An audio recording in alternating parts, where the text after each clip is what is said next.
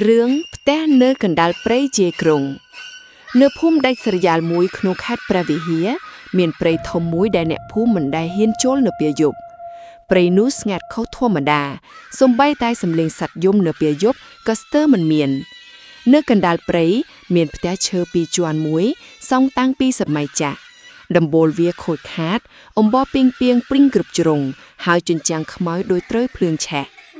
អ្នកភូមិហៅកន្លែងនោះថាផ្ទះខ្មោចជណ្ដើរព្រៃគ្មាននរណាហ៊ានទៅជិតទីនោះទេជាពិសេសនៅថ្ងៃសិលរៀងរាល់ម៉ោង12យប់អ្នកភូមិតែងឃើញពន្លឺពណ៌ខៀវស្រង់ស្ងាត់ហោះចូលក្នុងផ្ទះនោះម្ដងវាហោះដោយភ្លើងគប់ម្ដងវាដូចចង្គៀងដែលមានមនុស្សកាន់ដាវយឺតអ្នកខ្លះឮសំឡេងមនុស្សយំអ្នកខ្លះឮសំឡេងក្មេងស្រីសាយពីក្នុងព្រៃមានរឿងចម្លែកជាច្រើនកើតឡើងជុំវិញផ្ទះនោះគោក្របីដែលវង្វេងចូលព្រៃភាគច្រើនមិនដែលរកឃើញវិញទេអ្នកកាប់ឈើមួយចំនួនធ្លាប់បាត់ខ្លួនហើយមនុស្សដែលត្រឡប់មកវិញក៏คล้ายជាមនុស្សសរសៃរឿងផ្ទះនៅកណ្ដាលព្រៃជាក្រុងនៅភូមិដាច់ស្រយាលមួយក្នុងខេត្តព្រះវិហារមានព្រៃធំមួយដែលអ្នកភូមិមិនដែលហ៊ានចូលនៅពេលយប់ព្រៃនោះស្ងាត់ខុសធម្មតាសូម្បីតែសំឡេងសត្វយំនៅពេលយប់ក៏ស្ទើរមិនមាននៅកណ្ដាលព្រៃមានផ្ទះឈើពីរជាន់មួយសង់តាំងពីសម័យចាស់ដំបូលវាខូចខាតអំបោះពីងពីងព្រីងគ្រប់ជ្រុងហើយជញ្ជាំងខ្មោចដោយត្រូវភ្លើងឆេះអ្នកភូមិហៅកន្លែងនោះថាផ្ទះខ្មោចជណ្ដើរព្រៃគ្មាននរណាហ៊ានទៅជិតទីនោះទេជាពិសេសនៅថ្ងៃសិលរៀងរាល់ម៉ោង12យប់អ្នកភូមិតែងឃើញពន្លឺពណ៌ខៀវស្រង់ស្ងាត់ហោះចូលក្នុងផ្ទះនោះម្ដងវាហោះដោយភ្លើងគប់ម្ដងវាដូចចង្គៀងដែលមានមនុស្សកាន់ដាវយឺតអ្នកខ្លះឮសំឡេងមនុស្សយំអ្នកខ្លះឮសំឡេងក្មេងស្រីសាយពីក្នុងព្រៃមានរឿងចម្លែកជាច្រើនកើតឡើងជុំវិញផ្ទះនោះគោក្របីដែលវង្វេងចូលព្រៃភាគច្រើនមិនដែលរកឃើញវិញទេអ្នកកាប់ឈើមួយចំនួនធ្លាប់បាត់ខ្លួនហើយមនុស្សដែលត្រឡប់មកវិញក៏คล้ายជាមនុស្សសរសៃប្រសាទមិននិយាយស្ដីជាមួយនរណាអ្នកភូមិចាស់តែងប្រាប់កូនចៅថាបើឮសំឡេងហៅឈ្មោះនៅក្នុងព្រៃកុំឆ្លើយហើយកុំងាកក្រោយដាច់ខាតកាលពី20ឆ្នាំមុនផ្ទះនោះធ្លាប់ជាផ្ទះស្អាតជាងគេក្នុងភូមិម្ចាស់ផ្ទះឈ្មោះលោកតាសូវ៉ាន់ជាអ្នករកស៊ីឈើដ៏មានលុយប្រពន្ធរបស់គាត់ឈ្មោះយ៉ៃឡាក់ជាមនុស្សស្លូតបូតចំណែកកូនស្រីតូចឈ្មោះស្រីនាងមានអាយុទើបតែ10ឆ្នាំស្រីនាងជាក្មេងស្រីស្រស់ស្អាតហើយចូលចិត្តច្រៀងលេងក្រោមដើមឈើជុំវិញផ្ទះអ្នកភូមិស្រឡាញ់នាងខ្លាំងណាស់ប៉ុន្តែគ្រួសារនោះចាប់ផ្ដើមប្រែកក្រោយពេលលោកតាសូវ៉ាន់ទៅរកឃើញអណ្ដូងចាស់មួយនៅក្រោយផ្ទះគេនិយាយថាអណ្ដូងនោះមានតាំងពីសម័យបុរាណហើយមានអ្នកស្លាប់ជាច្រើននៅទីនោះក្នុងសម័យសង្គ្រាមដំបូងលោកតាសូវ៉ាន់មិនខ្លាចគាត់ថែមទាំងឲ្យកម្មករជីកពង្រីកជុំវិញអណ្ដូងទៀតផងប៉ុន្តែបន្ទាប់នោះរឿងចម្លែកចាប់ផ្ដើមកើតឡើងរាល់យប់ស្រីនាងតែនិយាយថាមានបងស្រីស្លៀកសមកលៀងនាងដំបូងឪពុកម្ដាយគិតថាកូនគ្រាន់តែស្រមៃលេងប៉ុណ្ណោះ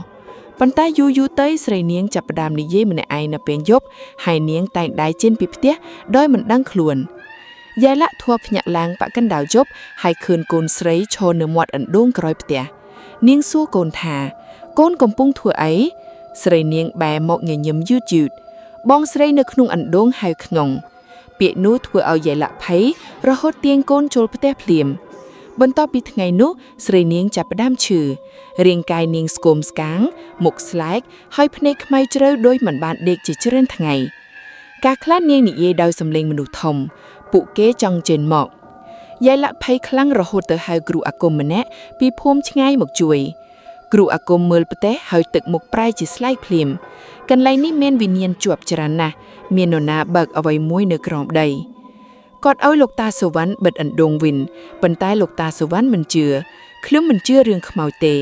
គាត់គិតថាប្រពន្ធនឹងកូនគ្រាន់តែឈឺធម្មតាយប់នោះភ្លៀងធ្លាក់ខ្លាំង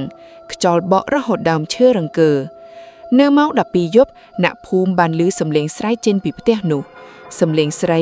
សំឡេងក្មេងហើយសំឡេងកោះដីដូចមានមនុស្សជាច្រើនកំពុងវាយចេញពីក្រោមដីគ្មាននរណាហ៊ានទៅមើលទេ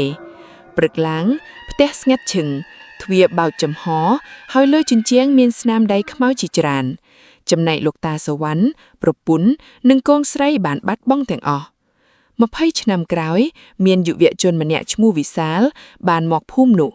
ก็ជាអ្នកផលិតវីដេអូរឿងអត្ថាកំបាំងសម្រាប់ YouTube វិសាលមិនជារឿងខ្មោចឡើយហើយក៏ចូលចិត្តស៊ើបអង្កេតកន្លែងដែលគេល្បីថាខ្មោចឡងពេលមកដល់ភូមិគាត់បានឮរឿងផ្ទះកណ្ដាលព្រៃភ្លាមអ្នកភូមិព្រាមានគាត់គ្រប់គ្នាកុំទៅទីនោះប៉ុន្តែវិសាលកាន់តែចង់ដឹងគាត់បានហៅមិត្តពីរនាក់មកជាមួយគឺរាជនិងមករាពួកគេរៀបចំកាមេរ៉ាអំពូលភ្លើងដ្រូននិងឧបករណ៍ថតសម្លេងរួចចូលព្រៃនៅថ្ងៃសិលពេលដើរចូលកាន់តែជ្រៅអាកាសកាន់តែត្រជាក់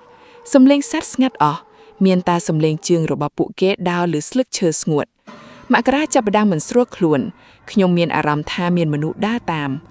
រៀបបាយទៅក្រោយបន្តែមិនមានអ្វីឡើយតែដ្រូនដែលហក់ពីលើបានថតឃើញអ្វីមួយ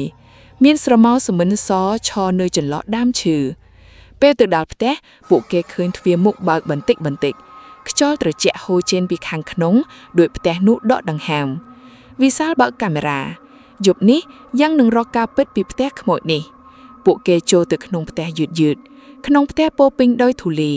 រូបថតគ្រួសារចាស់មួយនៅជញ្ជាំងទ្រេខូចអស់ប៉ុន្តែភ្នែករបស់ក្មេងស្រីក្នុងរូបនោះដោយកំពុងសម្លឹងមកពួកគេ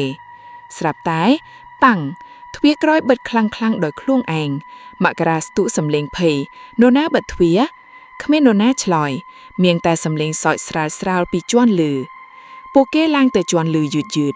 រាល់ជំហានធ្វើឲ្យកម្រាលភ្លើងលាន់សម្លេងគ្រិចនៅចុងផ្លូវមានបន្ទប់ក្មេងមួយទ្វារបើកចំហក្នុងបន្ទប់មានตุ๊កតាចាស់និងប្រអប់ភ្លេងមួយ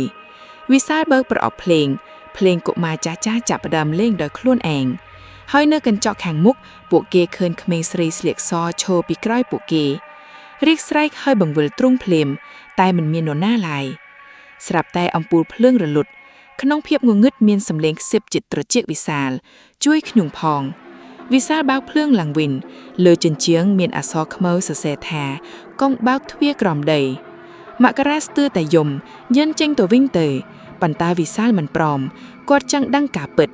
ពួកគេចូលទៅជាន់ក្រោមហើយរកឃើញទ្វារចាស់មួយនៅក្រោមចិន្តាសោច្រែរបស់វាកំពុងរុញជួយដោយខ្លួនឯង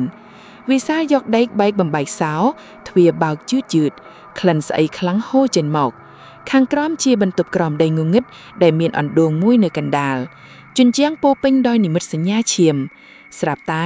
មានសំឡេងគោះចិនពីក្នុងអណ្ដូងតុកហើយដៃសស្គុះមួយលិចមកយឺត